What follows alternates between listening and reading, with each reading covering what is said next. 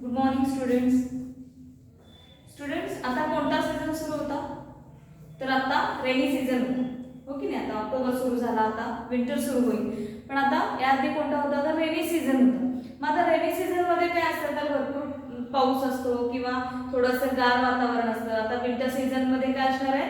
Cold असणार आहे, म्हणजे थंड थंड असणार आहे. त्यानंतर परत येतो समर सीझन. या सीझन वाईज काय होत असतं? तर क्लायमेटमध्ये चेंजेस येत असतात. म्हणजे पावसाळ्यात जर भरपूर पाऊस असेल तर विंटरमध्ये काय होतं? तर विंटरमध्ये थंडी असते, समरमध्ये कडक ऊन असतं. ह्या सगळ्या क्लायमेटचा आपल्या बॉडीवर काय होत असतो? परिणाम होत असतो.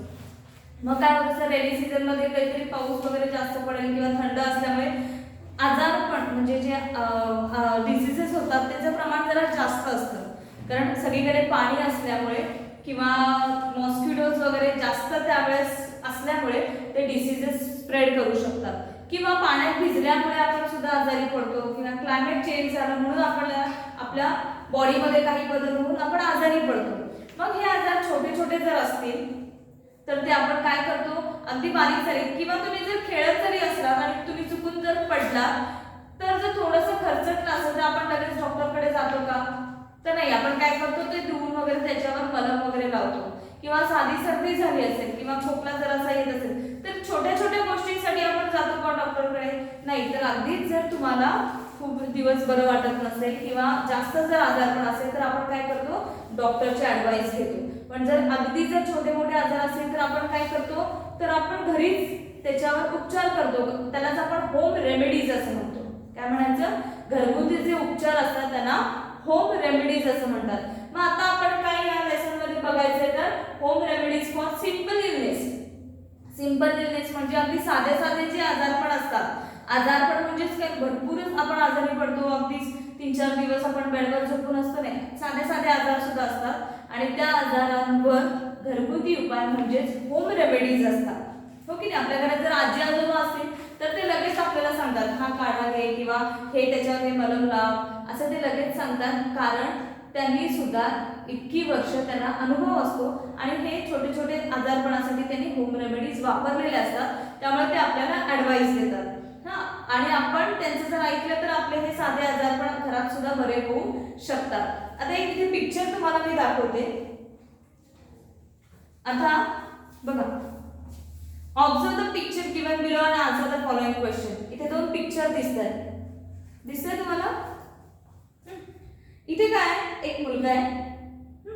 तो काय करतोय? त्याच्या हाताला बघा, इथे प्लास्टर दिसतंय तुम्हाला. हाताला काय दिसतंय? प्लास्टर आहे. लेफ्ट हँडला त्याच्या प्लास्टर घातलंय. Why is this boy's arm in plaster? Could we have put his arm in plaster at home? त्याच्या हाताला प्लास्टर आहे. का असेल त्याच्या हाताला प्लास्टर? तर आपले काही बोन्स जर फ्रॅक्चर झाले असतील, जर हाडांना मार बसला असेल तर काय करावं लागतं? त्याच्यावर प्लास्टर घालावं लागतं, हो की नाही? मग हे जे प्लास्टर आहे, जसं मी आता सांगितलं, आपण घरगुती उपचार करू शकतो. मग जर असं जर काही असेल, प्लास्टर वगैरे घालायचं असेल तर आपण ते घरात घालू शकतो का? तर नाही. त्यासाठी काय करावं लागणार आहे? आपल्याला डॉक्टरकडे जावं लागणार आहे. त्यानंतर इथे तुम्हाला दिसेल, why has this girl been brought to a doctor? बघा, इथे काय दिसतंय तुम्हाला? गाल सुजलेला दिसतोय, लाल दिसतोय. मग हे जे असे आजारपण आहेत जे आपल्याला माहित नसतात की ऍक्च्युली काय झालंय, त्याच्यावर काय उपचार करता येतील, हे असे आजारपण आपण काय केले पाहिजे? डॉक्टरांची ॲडवाइस घेतली पाहिजे आणि त्यावेळेस डॉक्टरकडे गेलं पाहिजे. पण इथे बघा, इलनेस म्हणजे काय? जेव्हा आपण अगदी व्यवस्थित असतो, आपण व्यवस्थित खातो वगैरे, आपल्याला व्यवस्थित जेवण जाते, आपलं रुटीन सगळं आहे तसं व्यवस्थित चालू आहे. पण कधी कधी असं काय होतं की आपल्याला भूक लागत नाही, जेवण जात नाही किंवा अशक्तपणा आल्यासारखा होतो किंवा डोकं दुखतं. मग अशा वेळेस काय आपल्याला वाटतं की मला बरं वाटत नाही. आपण काय म्हणतो की मला आज बरं वाटत नाही. बरं कधी असतं? ज्यावेळेस आपलं जे नेहमीचं रुटीन आहे, आपलं जे डाएट असेल, आपली जी कामं असतील ही अगदी आपण व्यवस्थित करू शकतो, त्यावेळेस आपण बरे असतो. पण या रुटीन मध्ये थोडासा बदल झाला, आपल्या बॉडीमध्ये थोडासा बदल झालेला आपल्याला लगेच जाणवतो, हो की नाही? त्यावेळेस आपण काय म्हणतो? नाही, माझं आज जरा डोकं दुखते, मला बरं वाटत नाहीये, किंवा पोटात दुखत असेल किंवा घसा दुखत असेल, काही असेल, थोडासा आपल्यात बदल झाला तर आपण काय म्हणतो की बरं वाटत नाही, मला जेवणच जात नाहीये, हो की नाही? मग हे जे जर बरं वाटत नसेल, हे आपण काय करतो, ऑब्झर्व करतो. काय करतो, त्याचं निरीक्षण करतो की थोडंसं मायनर आहे, ठीक आहे, आपण घरगुती उपचार करतो. पण जर अगदीच त्याचं जर आपण त्याच्याकडे जर दुर्लक्ष केलं तर ते मोठ्या आजारपणात बदलू शकतं. त्यामुळे जर अगदी मायनर असेल तर आपण त्याच्यावर घरगुती उपचार केले पाहिजेत. जर नाही वाटत आहे आपल्याला 3-4 दिवसात बरं, तर आपण काय केलं पाहिजे, डॉक्टरची ॲडवाइस घेतली पाहिजे. बघा इथे सकू आहे. सकू म्हणजे तुमच्यासारखीच एक मुलगी आहे. बघा तिची स्टोरी दिली आहे. Saku had a slightly sore throat. सकूला काय होतं, सोर थ्रोट म्हणजे घशाला तिच्या थोडीशी सूज आली होती. Still she had some ice cream. घसा दुखतच होता आणि तरी पण तिने काय खाल्लं होतं, आईस्क्रीम खाल्ली होती. The next day her throat hurt and she found it difficult to swallow. काय झालं, आईस्क्रीम खाल्ल्यामुळे तिला जे काही जेवण होतं ते गिळता सुद्धा येत नव्हतं. Mother made her gargle with warm salt water before and after school for 2 days. तिच्या आईने काय केलं, ती पण मग असं तुम्ही पण कारण सांगता की नाही, आज पोटात दुखते, आज डोकं दुखते, मी आज स्कूलला जाणार नाही. मग सकूचं पण काय झालं होतं, तिचा पण थोडा घसा दुखत होता. पण तिच्या आईने काय केलं, त्याच्यावर लगेच होम रेमेडी कोणती वापरली, तर तिच्या आईने काय केलं, mother made her gargle with warm salt water. Gargle म्हणजे गुळण्या करणे. गार्गल म्हणजे असं पाणी घशात घेऊन गुळण्या करणे. कशाने गुळण्या केल्या, कशाने गार्गल केलं, तर वॉर्म सॉल्ट वॉटर, कोमट पाण्यात मीठ घालून त्याच्या गार्गल म्हणजे गुळण्या केल्या. असं कधी केलं, स्कूल मधून आल्यानंतर आणि स्कूल मध्ये जायच्या आधी. असं सलग 2 दिवस केल्यानंतर ऑन द 3rd day, तिसऱ्या दिवशी सकूज थ्रोट हॅड स्टॉप हर्टिंग. सकूचा घसा काय झाला, दुखायचा बरा झाला. This was a simple illness and she soon felt better again. हे एक सिंपल इलनेस होता, साधा आजार पण होतं आणि त्यातून ती लगेच बरी पण झाली. घरगुती होम रेमेडीजने ती बरी पण झाली. अ फोर्टनाइट लेटर. फोर्टनाइट म्हणजेच काय, 15 दिवसांचा काळ, एक पंधरवडा. अ फोर्टनाइट लेटर, 15 दिवसानंतर काय झालं बघा, सकूज ताई फेल इल. सकूची ताई आजारी पडली. She was running a temperature. Her eyes had become yellow. She did not feel like eating anything. Mother took her to doctor. The doctor said that Tai had a jaundice. काय झालं होतं, ताई जसं सकूचं फक्त throat एक होतं म्हणजे घसा दुखत होता, ताईला काय होतं, तिला टेम्परेचर होतं. त्याच्यानंतर सलग म्हणजे तिचे डोळे पिवळे दिसत होते.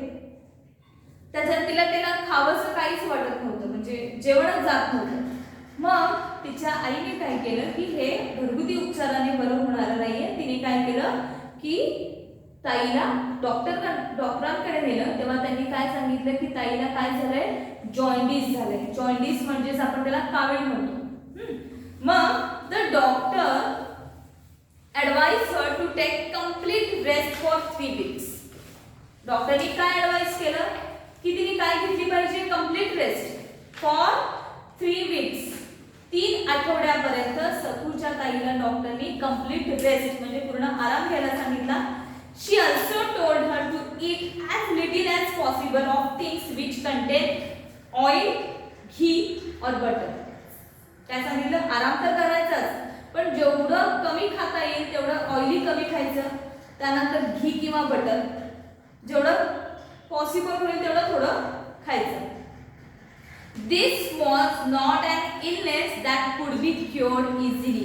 आता जसं सकूचं थ्रोट एक होतं, थ्रोटला स्वेलिंग होतं, ते काय झालं, गार्गल करून गुळण्या करून बरं झालं. पण जे ताईचे जॉइंटिस होतं, सकूच्या ताईला जे जॉइंटिस झालं होतं ते होम रेमेडीजनी बरं होणार होतं का, तर नाही. त्यासाठी काय करावं लागलं की तिला डॉक्टरांचंच ॲडवाइस घ्यायला लागले आणि डॉक्टरच्याच मेडिसिनने हे आजारपण बरे होतात. बघा, राईट ऑर रॉंग. इथे एक छोटी स्टोरी तुम्हाला दिली आहे, ती चुकीचं त्यातलं काय आणि काय बरोबर आहे हे आता आपण ओळखायचंय.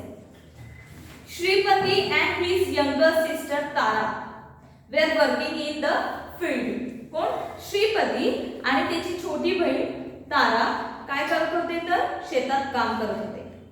अ snake bit Shripati. After beating Shripati, the snake wriggle away.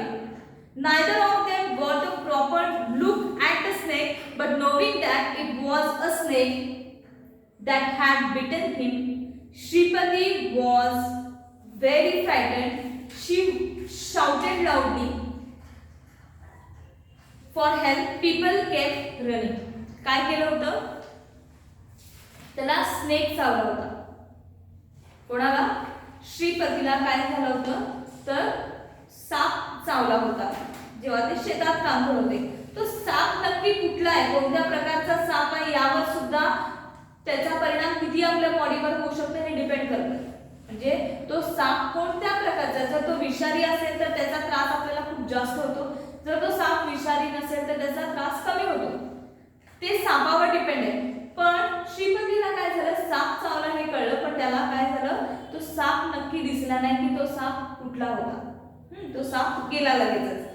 Tara was saying that Shripati should be taken to the Taluka place at once. The government hospital there would have the anti-snake bite injection to give Shripati, but no one paid any attention to her.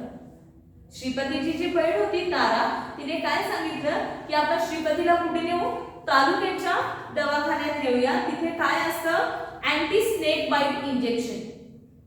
Anti snake bite injection कशासाठी दिलेलं असतं की जे साप चावल्यानंतर आपल्या शरीरात जे त्याचं सापाचं जे विष भिनलेलं असतं त्याच्यावर मारा करणारं, त्याच्यावर उपाय म्हणून अँटी स्नेक बाईट इंजेक्शन असतं. ते दिलं की श्रीपतीला बरं वाटेल असं ती सांगत होती. But no one pay attention at to her. म्हणजे काय, तिच्याकडे कोणीही लक्ष दिलं नाही. ती सांगत होती पण बाकीच्या माणसांनी त्याकडे लक्ष दिलं नाही. People quickly got the bullock cart ready and putting Shripati in it to give to the village temple. They called the village mantrik. He laid Shripati on a bed of neem leaves and began to chant mantras against the action of snake's poison. माणसाने काय केलं, लगेचच एक bullock काट आणली, त्यात श्रीपतीला घेतलं आणि त्यांनी कुठे नेलं तर विलेज मधल्या एका टेम्पल मध्ये म्हणजे देवळात नेलं. देवळात नेल्यानंतर तिथे डॉक्टर बोलवले का, वैद्य बोलवले का, नाही तर तिथे कोणाला बोलवलं तर तिथे एका मांत्रिकाला बोलवलं. त्या मांत्रिकने काय केलं तर जो श्रीपती होता त्याला एका नीम बेडवर म्हणजे असं लिंबूची जी पानं असतात, नीमची पानं असतात ती पसरवली आणि त्याच्यावर त्याने झोपवलं. कडुलिंबाची जी पानं असतात त्याच्यावर त्याला झोपवलं गेलं आणि त्याने काय सुरू केलं तर मंत्र म्हणायला, म्हणजे सापाचं विष उतरण्यासाठी मंत्र म्हणायला सुरुवात केली. What do you think? Do the mantras act against the snake poison? Snake poison वर जे सापाचं विष असतं त्याच्यावर मंत्रामुळे त्याच्यावर काय परिणाम होणार आहे का, किंवा मंत्र म्हटल्यामुळे ते सापाचं जे विष आहे ते निघून जाणार आहे का? Was it right or wrong to bring Shripati to the village मांत्रिक? श्रीपतीला साप चावल्यानंतर मांत्रिककडे नेणं चुकीचं आहे की बरोबर आहे? Would you have taken Shripati to the Mantrik or to the government hospital? आपण सुद्धा आपल्या समोर समजा असं काही घडलं असतं तर आपण काय केलं असतं, आपण त्याला मांत्रिककडे नेलं असतं की हॉस्पिटलमध्ये नेलं असतं? आपण हॉस्पिटलमध्ये नेलं असतं. Soon Shripati felt better. पण काय झालं, थोड्याच वेळात श्रीपतीला बरं वाटू लागलं. But was that because the mantras acted against the snake poison? श्रीपतीला बरं वाटलं पण हे त्या मंत्रांचा परिणाम होता का? मंत्र, त्या मांत्रिकने मंत्र म्हटल्यामुळेच श्रीपतीला बरं वाटलं होतं का? Or was the snake non-poisonous and the mantrik got the credit even when he did not deserve it? किंवा मग काय झालं होतं, श्रीपतीला बरं वाटलं पण त्या मांत्रिकच्या मंत्रामुळेच बरं वाटलं की जो साप त्याला चावलेला तो काय होता, नॉन पॉइझनस होता, म्हणजे विषारी नव्हताच तो साप. त्यामुळे श्रीपतीला काय झालं, विषारी नसल्यामुळे त्या स्नेकचा जास्त त्याच्यावर परिणाम झाला नाही. थोड्या वेळाने त्याला बरं वाटू लागलं. पण क्रेडिट कोणाला मिळालं तर मांत्रिकला, कारण त्याने मंत्र म्हटले होते. मंत्र म्हणाल्याच्या नंतर श्रीपतीला बरं वाटलेलं होतं म्हणून सगळं क्रेडिट कोणाला गेलं तर मांत्रिकला. पण जर तो स्नेक पॉइझनस असता आणि त्याच्यावर मंत्र म्हणण्यात जर वेळ घालवला असता तर श्रीपतीला काय झालं असतं, कदाचित त्या विषाचा त्याच्यावर परिणाम झाला असता. म्हणून आपण काय केलं पाहिजे, जर ह्या अशा जर काही गोष्टी आपल्यासमोर घडत असतील तर जर जास्त सिरियस असेल तर आपण काय केलं पाहिजे, त्याला लगेच हॉस्पिटलमध्ये नेलं पाहिजे आणि त्याच्यावर योग्य ते ट्रीटमेंट त्यावेळेस त्याला मिळाली पाहिजे. आता बघा काही होम रेमेडीज. होम रेमेडीज म्हणजे मी सांगितलं की घरगुती उपचार. आता आपण सखूचं बघितलं, सखूच्या ताईच्या ह्याच्याबद्दल आजारपणाबद्दल बघितलं किंवा श्रीपतीचं बघितलं, पण काही ज्या आजारपण आहेत ना हे घरी राहून सुद्धा बरे होऊ शकतात. त्याच्यासाठी होम रेमेडीज काय आहेत ते आता बघूया. बघा सखूस मदर, जेव्हा सखूचं थ्रोट स्वेलिंग होतं किंवा त्याचा घसा दुखत होता त्यावेळेस त्याच्या आईने काय केलं होतं, Sakhu's mother made her gargle her throat with warm water. Sakhu's throat had stop hurting. 2-3 दिवस आता तिला काय करावं लावलं, गार्गलिंग करावं लागलं. म्हणजेच काय गुळण्या तिने फक्त घेतल्या, त्याच्यानंतर तिचा घसा दुखायचा थांबला. But Saku's Thai had a jaundice. The doctors advised her to take complete rest for 3 weeks. This was not an illness that could be cured easily. पण सखूच्या ताईचं काय झालं होतं, जॉन्डिस झाला होता. त्यामुळे तिला डॉक्टरच्याच ॲडवाइसची गरज होती. डॉक्टरने तिला किती आठवडे, 3 weeks, 3 आठवडे पूर्ण रेस्ट घ्यायला सांगितली. कमीत कमी जेवढं होईल तेवढं ऑइल आणि घी वगैरे बटरचं यूज करण्यासाठी सांगितलं, कारण ते आजारपण लगेच क्युअर्ड म्हणजे लगेच बरा होणारा आजार नव्हता, जॉन्डिस. म्हणून त्यांना डॉक्टरची ॲडवाइस घ्यावी लागली. If someone is omitting as a result of fever or indigestion, it is better not to insist on him or her having milk. They should be given a full lemon sherbet and something light like dahi bath to eat the next day. बघा कोणाला vomiting म्हणजे उलट्या वगैरे होत असतील, कशामुळे ह्याला सुद्धा कारण असतात. म्हणजे जर काय ताप आला असेल किंवा इनडायजेशन म्हणजे पचन नीट झालं नसेल, अपचन झालं असेल तरी पण वॉमिटिंग वगैरे होऊ शकतं. मग वॉमिटिंगने काय होतं तर आपल्याला जे डायजेस्टिव्ह सिस्टीम असते त्याच्यावर परिणाम झालेला असतो. म्हणूनच जे आपल्याला पचलेलं नसतं ते तोंडावाटे बाहेर पडतं, हो की नाही. मग अशा वेळेस आपण काय केलं पाहिजे तर जास्त फोर्स करायचं नाही. वॉमिटिंग झालं तरी खा खा म्हणून मागे न लागता आपण त्याला काय केली पाहिजे, आपल्या डायजेस्टिव्ह सिस्टीमला थोडीशी रेस्ट दिली पाहिजे, जेणेकरून ते त्याचं काम प्रॉपर परत करू शकतं. मग त्यावेळेस तुम्ही लेमन शरबत देऊ शकता.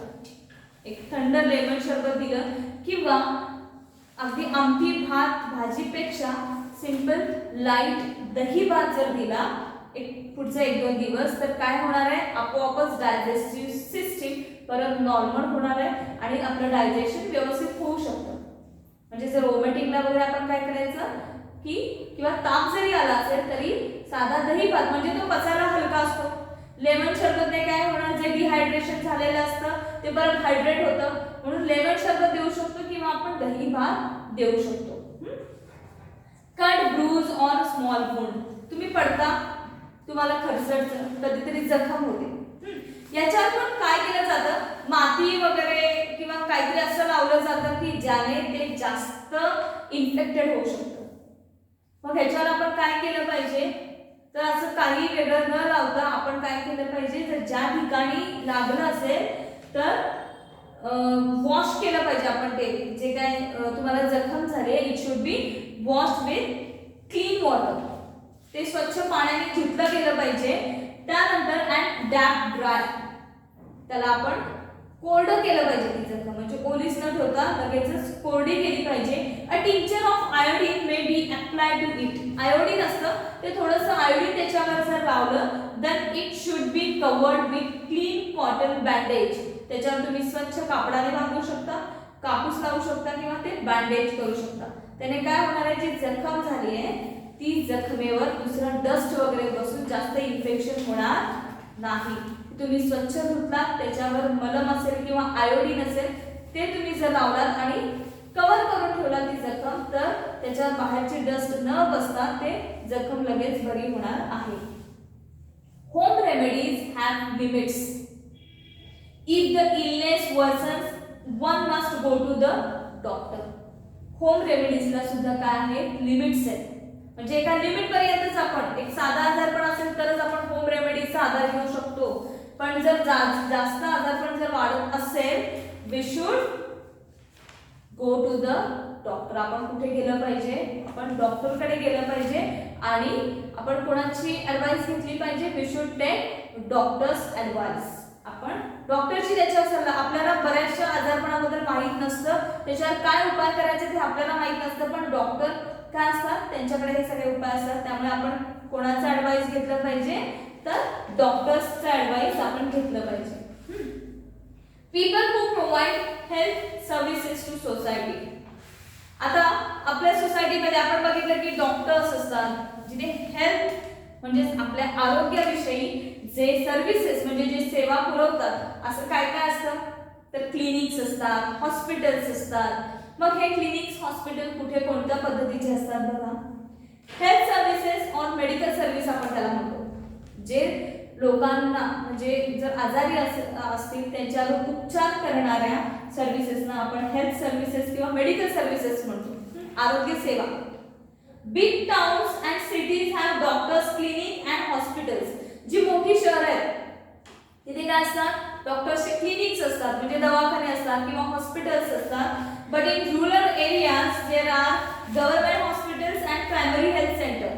पण जे रुरल एरिया म्हणजे जे खेडेगाव आहे तिथे मोठे मोठे हॉस्पिटल असतीलच असं नाही, पण तिथल्या जर लोकांना आजारपणावर जर उपचार करून घ्यायचे असतील तर तिथे काय असतात? गव्हर्नमेंट हॉस्पिटल्स असतात किंवा प्रायमरी हेल्थ सेंटर, प्राथमिक आरोग्य केंद्र असतात की जिथे तुमचे जर अगदी जे आजारपण आहेत साधे आहेत, अगदी फार मोठं हॉस्पिटलमध्ये ऍडमिट व्हायची गरज नाहीये. मग अशा रुरल एरियाजमध्ये काय केलं जातं? प्रायमरी हेल्थ सेंटरमध्ये त्यांच्यावर उपचार केले जातात. पण ज्या बिग सिटीज असतात तिथे काय असतात? हॉस्पिटल्स असतात की जे लोकांवर उपचार करतात. मग आता तुमच्या लक्षात आलं असेल की होम रेमेडीज आपण बघितल्या. त्याच्यानंतर साधे साधे जे आजारपण असतात त्याच्यावर घरगुती उपचार होऊ शकतात. आणि जर अगदीच आजारपण जर मोठं असेल किंवा दुर्लक्ष न करता काही काही आजारांसाठी आपल्याला डॉक्टरांचा ऍडवाइस घ्यावंच लागतं. आणि कुठे कुठे म्हणजे जे रुरल एरियाज आहेत तिथे काय असतं? प्रायमरी हेल्थ सेंटर असतं. आणि ज्या बिग सिटीज आहेत तिथे हॉस्पिटल्स आणि क्लिनिक्स अवेलेबल असतात.